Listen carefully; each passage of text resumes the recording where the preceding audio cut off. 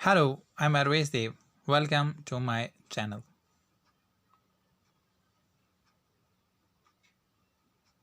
Please subscribe my channel, comment and share the video. Welcome, dear student, in the class of chemistry. This is the class of chemistry, part 2nd, higher secondary. It means 12th class, JK Bose. Today, we're gonna study in this chemistry class solid state. Before this, we have to know what is matter. Anything which have mass and occupy space is called matter. Anything which have mass and occupy space is called matter, right? अब solid state जो हम solid state पढ़ने जा रहे हैं, it is the state of matter. और हमें पता है कि मैटर एग्जिस्ट करता है थ्री स्टेट्स में, जैसे कि सॉलिड, लिक्विड और गैस। सॉलिड क्या है? सॉलिड मींस जिसके कंस्टिट्यूएंट पार्टिकल्स जो है कंप्लीटली पैक्ड होते हैं, और लिक्विड जिसके कंस्टिट्यूएंट पार्टिकल्स जो है कंप्लीटली पैक्ड नहीं होते हैं, और गैस जिसके कंस्टिट्यूएंट पार्टिकल्स जो है फ्रीली मूव करते हैं, राइट? आपको सॉलिड, लिक्विड और गैस की अच्छी तरह से अंडरस्टैंडिंग हुई होगी। एक बार फिर हम मैटर पे जाएंगे। मैटर जिसका हुजूम भी हो और जो स्पेस को ऑक्यूपाई करता है उसको हम मैटर बोलते हैं। और मैटर की 3 स्टेट्स हैं, सॉलिड, लिक्विड और गैस। सॉलिड जिसमें constituent particles, so what is constituent particles? जिनसे बना हुआ वो सॉलिड हो, वो कंप्लीटली पैक्ड है, एक दूसरे के साथ जुड़े हुए हैं, उसको हम सॉलिड बोल सकते हैं। और जो लिक्विड है उसके कंस्टिट्यूएंट पार्टिकल्स मींस जिस मटेरियल से वो बना हुआ है वो मतलब एक दूसरे के साथ कंप्लीटली जो है वो जुड़े हुए नहीं होते हैं। और गैस उसमें कंस्टिट्यूएंट पार्टिकल्स जो है वो फ्रीली मूव करते हैं, राइट? सो सॉलिड यहां पे कहता है कि solid generally exhibit certain characteristics. Solid के अमूमन जो है बहुत सारे कैरेक्टरिस्टिक्स हैं, बहुत सारे खुसूसियात हैं that set them apart from liquid and gas, जो लिक्विड और गैस से something different है, right? For example, they have the ability to resist any force that is applied to its surface. Example के तौर पर जब हम कोई भी फोर्स अप्लाई करते हैं तो वो रेसिस्ट करता है। कौन रेसिस्ट करता है? सॉलिड। यानी फॉर एग्जाम्पल हम सॉलिड को मुक्का देते हैं तो हमारा मुक्का जो है सॉलिड के पार नहीं जाता है।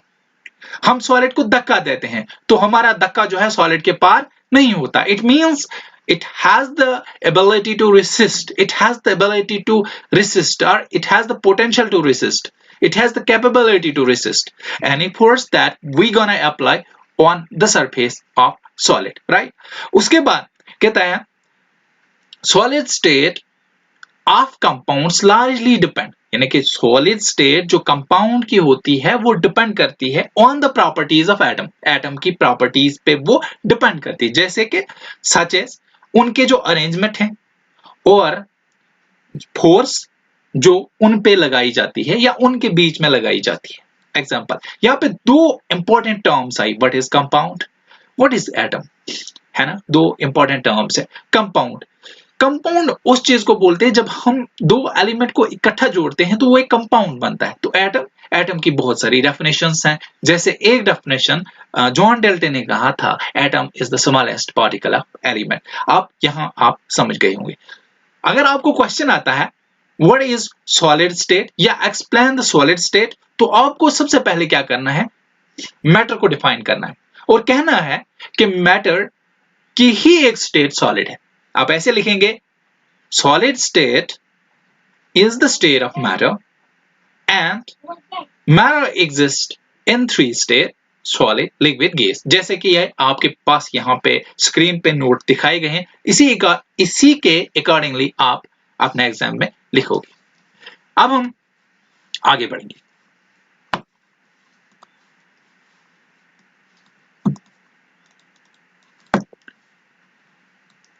हमारा टेबल ऑफ कंटेंट जो हम यहां पढ़ने जा रहे हैं, हम physical and chemical properties of solid पढ़ेंगे, सॉलिड स्टेट केमिस्ट्री पढ़ेंगे, टाइप्स ऑफ सॉलिड स्टेट्स पढ़ेंगे, क्राइस्टलाइन सॉलिड स्टेट पढ़ेंगे, एमॉर्फस सॉलिड स्टेट पढ़ेंगे, राइट? सबसे पहले हम physical properties and chemical properties of solid पढ़ेंगे।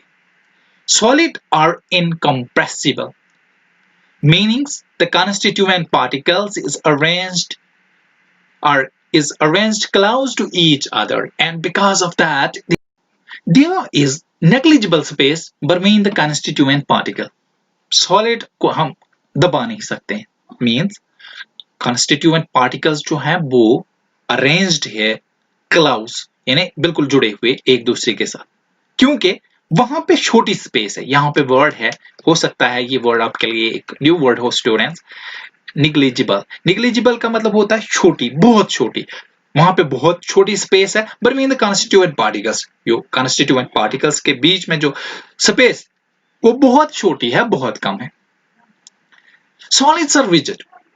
This is due to the lack of space between the constituent particles, which make it rigid or fixed. अब constituent particles जो हैं उनके बीच में स्पेस कम है, इसलिए सॉलिड काफी ज्यादा सख्त है. रिजिड मींस बहुत ज्यादा सख्त है. इसकी वजह से, क्योंकि वहां पे स्पेस बहुत कम है, कंस्टिट्यूएंट पार्टिकल्स के बीच में स्पेस कम है, इसीलिए इसको रिजिड बनाते हैं और फिक्स्ड बना देते हैं. Solid have definite mass, volume, shape, due to which it has a compact arrangement of constituent particle. अब सॉलिड के पास एक डेफिनेट मास होता है, मींस वजन होता है, उसका हुजम भी होता है, उसकी शक्ल भी होती है डेफिनेट शक्ल. डेफिनेट मींस एक खास शक्ल जिसको हम देख सकते हैं, और इसके पास एक कंपैक्ट अरेंजमेंट होता है कंस्टिट्यूएंट पार्टिकल का, right.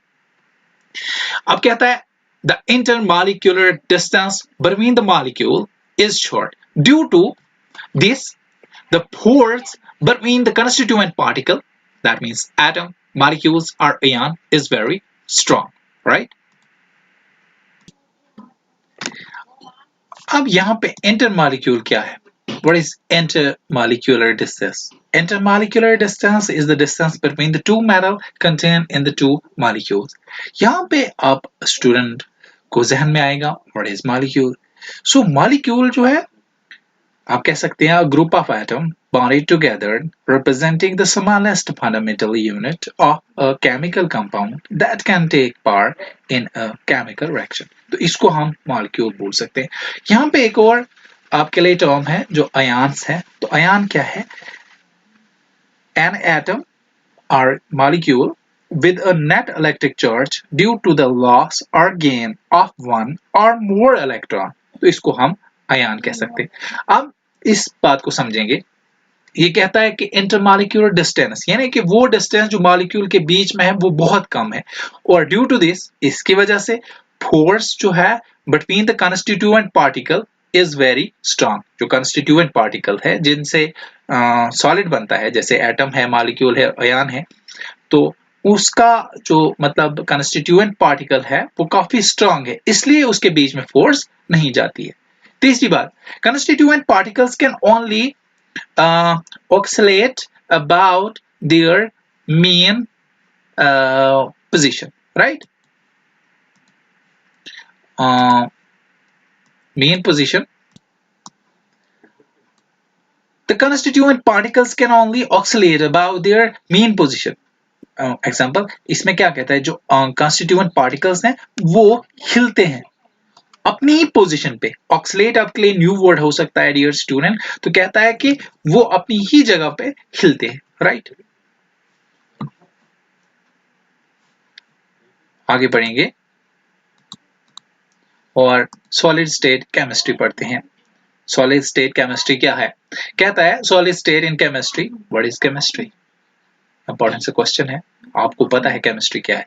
Is the study of structure, properties and synthesis of solid material.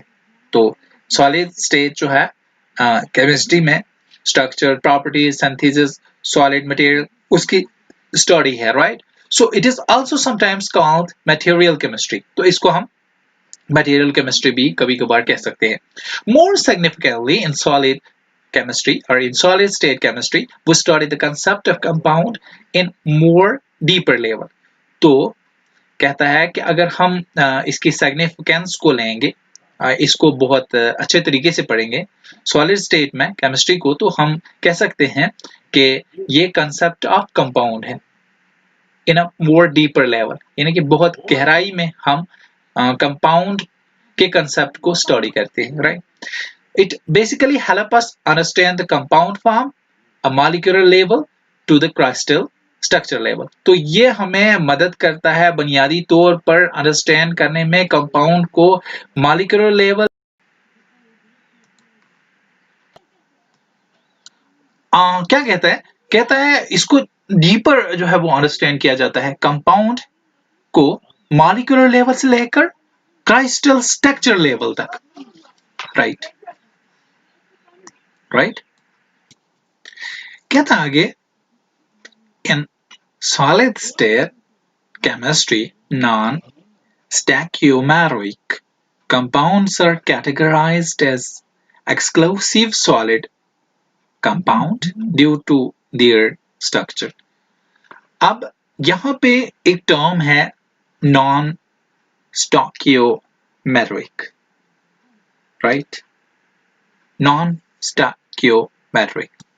इस टर्म को आप कैसे जानोगे? Non stoichiometric. इसकी प्रोनाउंसिएशन को अच्छी तरह से जान लीजिएगा. Non stoichiometric. स्टॉकियोमेट्रिक. तो ये क्या है? ये कहता है कि ये जो है ये नॉन स्टॉकियोमेट्रिक कंपाउंड्स, ये कंपाउंड्स कौन से कंपाउंड्स होते हैं? Are chemical compounds almost solid inorganic compounds having elemental composition. तो ये ऑर्गेनिक जो है वो केमिकल कंपाउंड होते हैं जो सॉलिड होते हैं और इनऑर्गेनिक कंपाउंड भी होते हैं जिसमें एलिमेंटल कंपोजिशन हो. तो ये वाले कंपाउंड जो है कैटेगराइज्ड होते हैं एज एक्सक्लूसिव यानी कि मखसूस सॉलिड कंपाउंड. क्यों? ड्यू टू देयर स्ट्रक्चर, क्योंकि इनका जो स्ट्रक्चर होता है और इनकी जो थर्मोडायनेमिक कैरेक्टरिस्टिक्स होती है. थर्मोडायनेमिक क्या है? ये ब्रांच है फिजिक्स की जो एनर्जी और वर्क ऑफ अ सिस्टम से डील करते हैं. यानी कि आप ऐसे कह सकते हैं it is a branch of physics which deals with energy and work of a system. Right. आप योर स्टूडेंट यहां तक अंडरस्टैंड आपने किया होगा. हम दूसरी स्लाइड पे चलते हैं. अगर आप यहां पे देखोगे types of solid state, solid state की कितनी टाइपें हैं? उसकी 2 टाइपें हैं. लेकिन क्या कहता है? कहता है based on the arrangement of constituent particles solid state are classified into 2 state types. लेकिन उनके कंस्टिट्यूएंट पार्टिकल के हिसाब से हमारे पास 2 टाइप के सॉलिड्स हैं. एक क्राइस्टलाइन सॉलिड्स और दूसरा अमॉर्फस सॉलिड्स. तो हम यहां पे क्राइस्टलाइन सॉलिड को पहले पढ़ेंगे. राइट. हाँ, अब ये क्राइस्टलाइन सॉलिड क्या है? Crystalline solids are those that have typical geometry. In such types of solid, they are definite arrangement of particles, atom, molecules, or ions throughout the three-dimensional network of crystal in a long range order. Example includes sodium, chloride, quartz, diamond, etc. Crystalline solid वो solid होते हैं जिनकी typical geometry हो यानी कि जिनकी shape हो, typical shape हो और उस टाइप में सॉलिड उसकी डेफिनेट अरेंजमेंट पार्टिकल्स की होती है. यानी जो पार्टिकल्स सॉलिड में होते हैं वो बहुत नुमाया तरीके से या बहुत अच्छी तरीके से या यकीनी तौर पर उनकी अरेंजमेंट होती है. राइट. या उसको आप कह सकते हैं कि रेगुलर तरीके से भी उनकी अरेंजमेंट होती है. राइट. जैसे उसमें जो भी हैं जैसे मॉलिक्यूल्स हैं, एटम्स है, आयन्स है, तो उसमें 3 डायमेंशनल नेटवर्क होता है जो लॉन्ग रेंज ऑर्डर में होता है. जैसे कि जिसमें सोडियम है, क्लोराइड है, क्वार्ट्ज है और डायमंड्स है एक्स्ट्रा. राइट. इनकी कुछ एग्जांपल्स आपको सिखाएंगे कुछ पिक्चर्स के जरिए से. Right.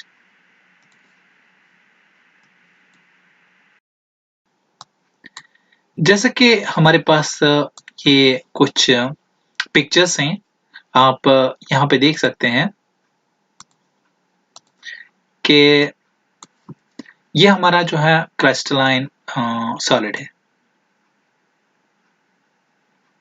क्राइस्टलाइन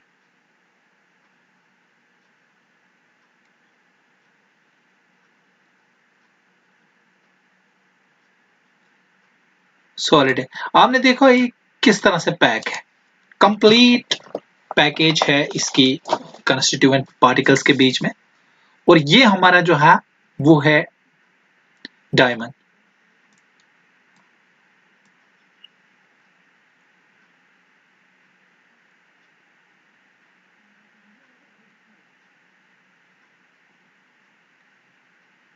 right,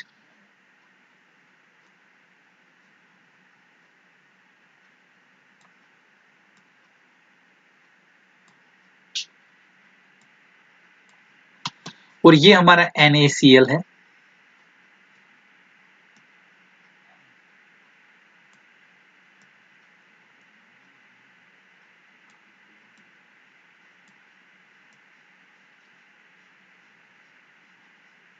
main sodium chloride, और ये हमारा जो इस साइड में है ये वाला एमॉर्फस का है, और ये हमारा जो है क्राइस्टलाइन जो है SiO2 यानी क्वार्ट्ज का है, सिलिकॉन डाइऑक्साइड। राइट, तो आपने इन पिक्चर्स को देखा, अच्छी तरह से ज़हन नशीन किया, तो क्राइस्टल की समझ आपको आ गई होगी।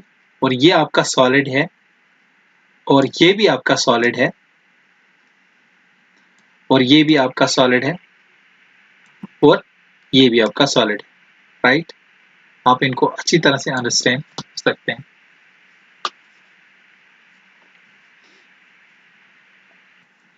तो अब हम प्रॉपर्टीज ऑफ क्राइस्टलाइन सॉलिड की बात करेंगे। अगर इसकी प्रॉपर्टी की बात करेंगे तो ये क्या कह रहा है, कह रहा है crystalline solid have a sharp melting point and start melting when it reach a particular temperature। तो ये जल्दी से मेल्ट नहीं होता है, इसको बहुत ज्यादा टाइम लगता है मेल्ट होने में। मेल्ट मीन्स पिघलना। जब हम इसको बहुत ज्यादा गर्म करेंगे तो तभी ये पिघलेगा, आम टेम्परेचर पे ये पिघलता नहीं है। इसके बाद the shape of crystal solids are definite and have typical arrangement of particles। तो यहाँ पे आपने देखा इसकी डेफिनेट शेप है और इसके टाइपिकल पार्टिकल्स भी हैं। They show cleavage property, that is when they are cut with the edge of sharp tools they split into pieces and newly generated surface are smooth and plain। तो ये क्लेवरेज property दिखाता है। क्लेवरेज property का क्या मतलब होता है, जब किसी चीज को हम काटते हैं तो वो पीसेस में जब टूट जाता है उसको हम क्लेवरेज प्रॉपर्टी बोलते हैं, और नई सरफेस वहां से पैदा होती है और वो भी स्मूथ होती है, उसमें कोई जो है वो रफ जैसा नहीं होता है। आगे कहता है they have definite heat of fusion। So what is fusion? Fusion होता है amount of energy needed to melt given mass of solid at its melting point। तो इसको हीट जो है वो काफी ज्यादा करने के बाद जो है इसका मेल्टिंग पॉइंट जो है वो मतलब इसकी मेल्टिंग हो जाती है। राइट, क्राइस्टलाइन सॉलिड जो है वो एनास्ट्रोपिक है, जिसका ये मतलब है कि फिजिकल प्रॉपर्टीज जैसे उसकी electrical resistance, refractive index shows different values when they are measured along with the different direction in the same crystal। तो सेम क्रिस्टल में हम क्या करते हैं, जब हम उसकी फिजिकल प्रॉपर्टीज को जो है वो मेजर करेंगे तो उसकी इलेक्ट्रिकल रेसिस्टेंस और उसका जो रिफ्रैक्टिव इंडेक्स जो है वो उसी क्रिस्टल में मुख्तलिफ किस्म की जो है वो रीडिंग्स वहां पे दिखाता है। Crystalline solids are true solid, और इनको हम ट्रू सॉलिड भी कहते हैं। राइट, अब टाइप्स ऑफ क्राइस्टलाइन सॉलिड। क्राइस्टलाइन सॉलिड की भी कुछ टाइप्स हैं, जैसे on the basis of nature of intermolecular forces or chemical bonding crystalline solids are further classified into four categories। They are molecular solids, ionic solids, metallic solids, covalent solids। तो सबसे पहले हम molecular solid की बात करेंगे और आपको कुछ पिक्चर्स और स्ट्रक्चर्स भी इसकी दिखाएंगे। Right,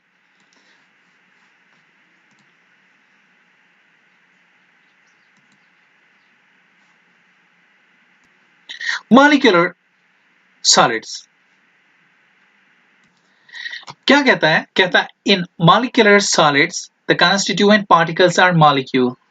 They are further divided into three categories. तो मॉलिक्यूलर सॉलिड में कंस्टिट्यूएंट पार्टिकल्स मॉलिक्यूल ही होते हैं। हमने अभी मॉलिक्यूल की डेफिनेशन पढ़ी थी, व्हाट इज मॉलिक्यूल। एक बार फिर मैं आपको रिमाइंड करना चाहूंगा क्योंकि ये वाली कंसेप्ट आपको काफी हद तक क्लियर होने चाहिए। मॉलिक्यूल क्या होता है? Group of atom bonded together representing the smallest fundamental unit of a chemical compound that can take part in a chemical reaction। एक बार फिर मैं स्लो बोलूंगा। A group of atom bonded together representing the smallest fundamental unit of a chemical compound that can take part in a chemical reaction। इसको हम molecule बोल सकते हैं। तो मॉलिक्यूलर सॉलिड में मॉलिक्यूल ही होते हैं, जो कंस्टिट्यूएंट पार्टिकल्स हैं वो मॉलिक्यूल ही हैं, और उनको फर्दर डिवाइड किया गया है तीन कैटेगरीज में। Non polar molecular solid. Non polar molecular solid क्या होते हैं? These solids are formed from molecule or atoms that share non-polar covalent bond. The molecules are held by weak dispersion force or by London force, right? अब क्या कहता है? कहता है कि ये सॉलिड्स जो हैं ये मॉलिक्यूल से बने हुए होते हैं या एटम से बने हुए होते हैं, और जो non polar covalent bond share करते हैं। नॉन पोलर कोवलेंट बॉन्ड क्या होता है? वो वाला बॉन्ड जो नॉन मेटल के साथ बॉन्ड बनाता है, ठीक, और जो सेम जिसके साथ मतलब जब वो बॉन्ड बनाता है तो वहां पे इलेक्ट्रोनेगेटिविटी उतनी ही रहती है, इसलिए सेम नेगेटिविटी रहने की वजह से वो जो है मतलब इक्वल बॉन्ड भी शेयर करता है एटम के साथ, राइट? उसको हम नॉन पोलर कोवलेंट बॉन्ड बोलते हैं। The atoms are the molecular held by weak dispersion. तो वीक डिस्पर्शन फोर्स क्या होती है? ये वो फोर्स होती है जो टेम्पररी फोर्स हो, टेम्पररी अट्रैक्टिव फोर्स हो। ये ओरिजिनल या परमानेंट अट्रैक्टिव फोर्स नहीं होती है, टेम्परेली अट्रैक्टिव फोर्स होती है। Are by London force. तो लंदन फोर्स क्या है? लंदन फोर्स जो है वो वीकेस्ट इंटरमॉलिक्यूलर फोर्स होती है, यानी इसमें उतनी ताकत नहीं होती है। आगे बोलता है the physical natures of non polar are soft. अगर इसकी हम फिजिकल नेचर की बात करें तो वो काफी ज्यादा सॉफ्ट होता है, यानी physical nature of non polar solid की बात करें तो काफी ज्यादा सॉफ्ट होता है वो। अब क्या बोलता है? आगे बोलता है ये कहता है they don't conduct electricity so that they are insulator. वो इलेक्ट्रिसिटी को जो है वो ट्रांसफर नहीं कर सकते हैं from one place to other place, इसलिए इनको हम इंसुलेटर बोलते हैं। What is insulator? Insulator is a thing in which electricity can't pass। Insulator एक ऐसी चीज होती है जहां से इलेक्ट्रिसिटी पास नहीं होती है। सो हमारे पास जो ये मॉलिक्यूलर सॉलिड जो है ये जो है हम इसको कह सकते हैं कि it is a bad conductor of electricity. आगे बोलता है they have a very low melting point. उनकी जो मेल्टिंग पॉइंट्स होते हैं वो काफी कम होते हैं। काफी कम मींस इनको बहुत ज्यादा हीट करने के बाद भी इनके मेल्टिंग पॉइंट जो है वो मतलब कम ही रहते हैं। इनको बहुत ज्यादा हीट करो तो इनके मेल्टिंग पॉइंट्स जो है हम हासिल कर सकते हैं, अदरवाइज नहीं, राइट? अब ये कहता है एग्जांपल H2Cl2I2। आपको पता है हाइड्रोजन, फिर क्लोरीन और आयोडीन, ये इसकी एग्जांपल्स हैं, राइट? अब अगर आप इसकी मॉलिक्यूलर सॉलिड की जो है वो पिक्चर्स देखना चाहोगे तो थोड़ा सा वेट कर लो, आपको पिक्चर्स दिखाएं। तो मॉलिक्यूलर सॉलिड का स्ट्रक्चर कुछ ऐसा है। स्टूडेंट आपने यहाँ पे देखा कि इसका स्ट्रक्चर कैसा है। जो हमारे पास मॉलिक्यूलर सॉलिड का दूसरा पार्ट है वो है polar molecular solid. These solids are held together by polar covalent bond। ये polar covalent bond से इनको जो है वो जोड़ा गया है। And the atoms and the molecules are bonded by relatively stronger dipole interaction। तो उनको dipole interaction से जो है वो स्ट्रांगली रिलेट किया गया है या जोड़ा गया है। The physical nature is soft. अगर इसकी फिजिकल नेचर देखें तो वो काफी ज्यादा सॉफ्ट है। Most of these are gases are liquid. तो इसमें बहुत ज्यादा जो है वो गैसेस और लिक्विड है एट रूम टेम्परेचर पर, right. So they don't conduct electricity and they have higher melting point than the non-polar solid. Non-polar solid से उनका ज्यादा higher melting point है। एग्जाम्पल इसमें सोडियम क्लोराइड है, SO2 है, NH3 है, एक्स्ट्रा। तीसरी जो इसकी टाइप है वो है हाइड्रोजन बॉन्डेड मॉलिक्यूलर सॉलिड। तो the solid contain polar covalent bond, यहाँ पे भी पोलर कोवलेंट बॉन्ड है, ठीक, विद हाइड्रोजन। लेकिन किसके साथ पोलर कोवलेंट बॉन्ड बनाते हैं? हाइड्रोजन के साथ, फ्लोरीन के साथ, ऑक्सीजन के साथ, नाइट्रोजन एटम के साथ, right. In these solids molecule are together held together via strong hydrogen bonding. तो मॉलिक्यूल को जो है वो स्ट्रांगली जो है वो जोड़ा जाता है यहाँ पे हाइड्रोजन बॉन्डिंग के जरिए, राइट।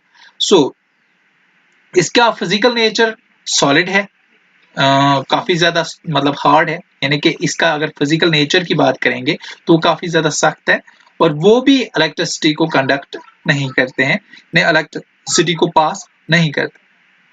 और फिजिकल स्टेट इन सॉलिड्स की जो है वो वोलेटाइल है, वोलेटाइल लिक्विड है, और इसको सॉफ्ट सॉलिड भी कह सकते हैं जो रूम टेम्परेचर यानी under room temperature, right.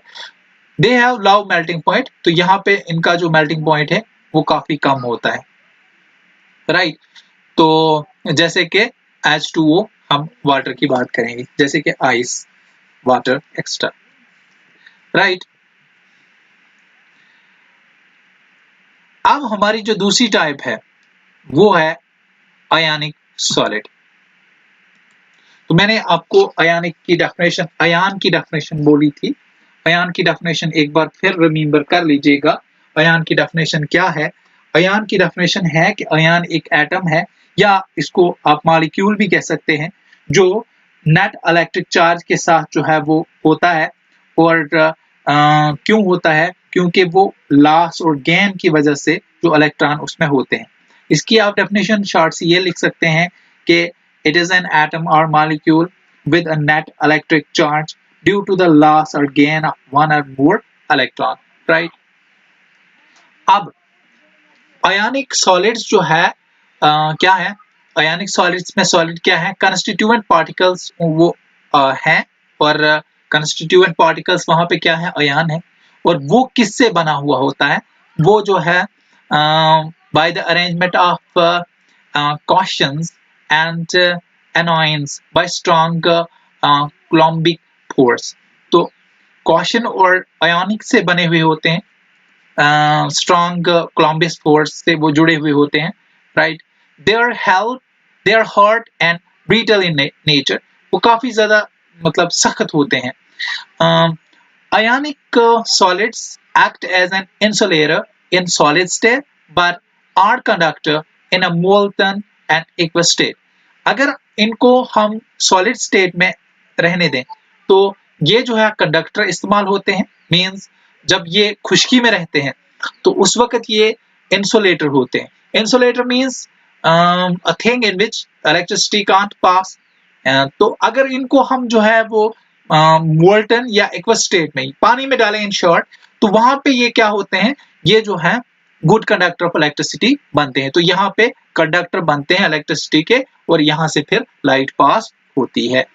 They have high melting point. तो इनका मेल्टिंग पॉइंट काफी ज्यादा हाई होता है, जैसे NaCl, sodium chloride, MgO, ZnS, CaF2, extra, right.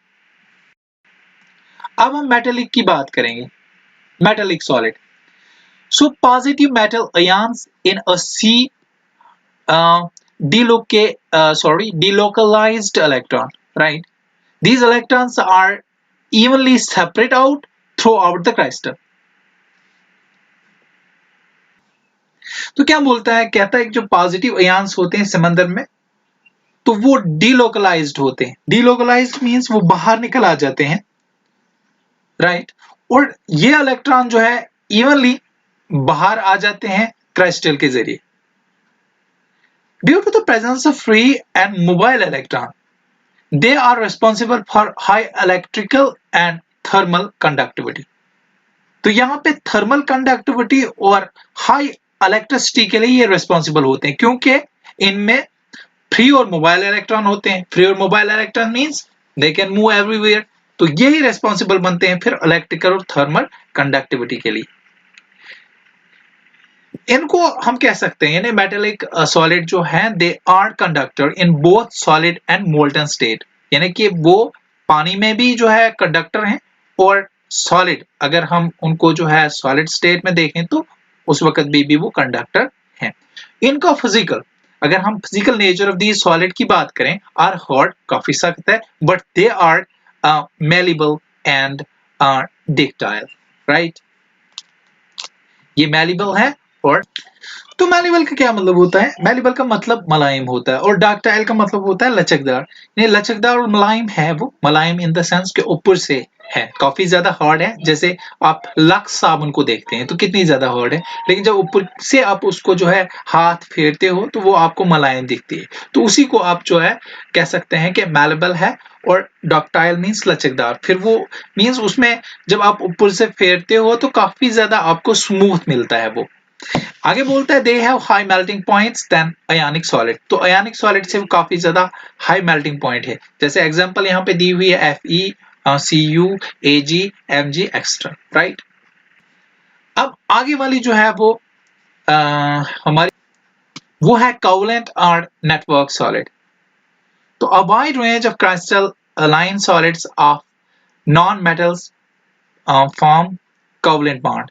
तो अगर हम देखें तो वाइड रेंज के क्रिस्टल सॉलिड जो है वो नॉन कोवेलेंट बॉन्ड जो है वो बनाता है between the adjacent atom throughout the crystal and form again molecular or large molecules। तो वो मॉलिक्यूल भी बनाता है इन शॉर्ट और एटम्स भी बनाता है और उनके बीच में जो है कोवेलेंट बॉन्ड होता है, राइट।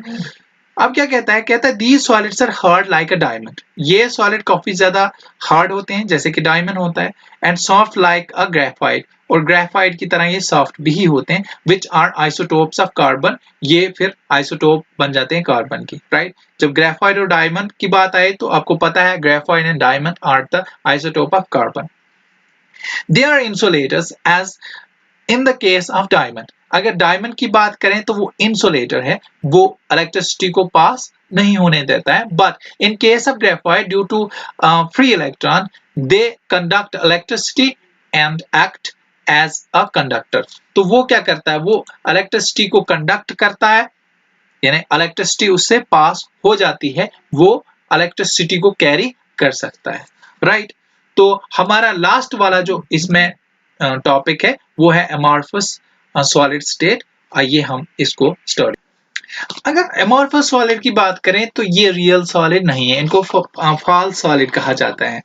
ये कहता है कि amorphous solid states comprises of those solids which have property of rigidity and incompressibility but to a certain extent, ठीक। they don't have a definite geometrical form or a long range of order। example includes glass, rubber, plastic etc। तो amorphous solid में क्या है? ये भी उसी तरह है, rigidity इसमें है, incompressibility उसी तरह है, लेकिन कहीं कहीं जगहों पे टू सम एक्सटेंट, कहीं कहीं पे ही इनकी डेफिनेट शेप नहीं है, डेफिनेट ज्योमेट्रिकल जो है वो शेप नहीं है, लॉन्ग रेंज ऑर्डर भी इनका नहीं है। जैसे कि एग्जांपल में हमारे पास गिलास है, रबर है, प्लास्टिक है extra. Properties of amorphous solid. Amorphous solid की अगर प्रॉपर्टीज को हम देखें तो अमॉर्फस सॉलिड जो है वो gradually soften over a range of temperature and they can mold it into different shapes or heat। तो वो नरम हो जाता है, तो उसको हम क्या कर सकते हैं?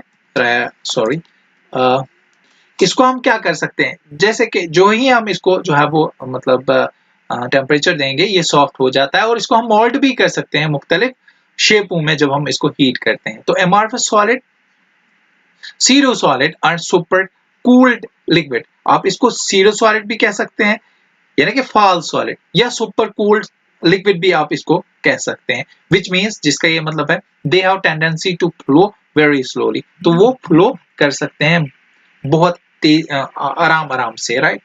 If you observe that the glass pen which is fixed to a window of old building, they are found to be slightly thicker from the bottom than at the top. तो आप जब ऑब्जर्व करोगे एक मतलब जो भी गिलास आपने जो है फिक्स किया हुआ होगा विंडो को, और वो बहुत ज्यादा पुरानी बिल्डिंग हो, और वहां आपको मालूम हो जाएगा कि वो नीचे जो है मोटा होगा, नीचे से मोटा होगा, और टॉप से वो उतना मोटा नहीं होगा, राइट। तो amorphous solid have irregular shape, उसकी कोई डेफिनेट शेप नहीं है, उनकी irregular shape है। Their constituent particle don't have definite geometry of arrangement, तो उनकी definite geometry of arrangement नहीं है, उनके जो constituent particles जो हैं वो definite geometry of arrangement नहीं रखते हैं। When amorphous solids are cut, जब amorphous solid को हम काटते हैं with a shape edge, यानी कि जो है वो edge से मतलब edge tool से, right, they form pieces into irregular surface, तो उनके रेगुलर पीसेस नहीं बनते बल्कि इरेगुलर सरफेसेस बनते हैं। जैसे कि हमने वहां पे पढ़ा कि वहां पे इरेगुलर शेप नहीं बनती है, वहां पे रेगुलर शेप बनती है, और जो सॉलिड है वो क्रिस्टल सॉलिड है, वो break into pieces and gives us the smooth surface. लेकिन यहाँ पे ऐसा नहीं होता है, उसकी जो है स्मूथनेस नहीं होती। जब वो पीसेस, जैसे कि शीशा ही टूट जाता है तो वो जो है उसकी पीसेस तो हो जाते हैं पर वो इरेगुलर होते हैं, वो रेगुलर नहीं होते हैं, right. Amorphous solid don't have definite here of fusion due to its irregular arrangement of the particles। तो वहां पे आपने देखा वहां पे heat of fusion जो है वो जो है वो क्या है, डेफिनेट है, लेकिन यहाँ पे heat of fusion जो है डेफिनेट नहीं है, क्योंकि इसमें irregularity है। किसमें? इसके जो constituent particles हैं there is irregularity, due to that यहाँ पे जो है हीट ऑफ फ्यूजन जो है वो रेगुलर नहीं। Amorphous solids are isotopic in nature, which means the value of any physical properties would be the same along any direction because of the irregular arrangement of the particle। तो ये isotopic है, हमने वहां पे भी isotopic पढ़ा था, और इसका ये मतलब है कि इसकी जो फिजिकल प्रॉपर्टीज है वो सेम ही रहेगी जब हम इसकी डायरेक्शन जो है मतलब किसी भी डायरेक्शन में जाएंगे, क्योंकि यहाँ पे इरेगुलरिटी है, इरेगुलर अरेंजमेंट ऑफ पार्टिकल्स है, इसलिए। Amorphous solids uses, ये कहाँ पे इस्तेमाल होते हैं? सिलिकॉन में, amorphous silicons में, which is one of the best photovoltaic material converted sunlight into electricity।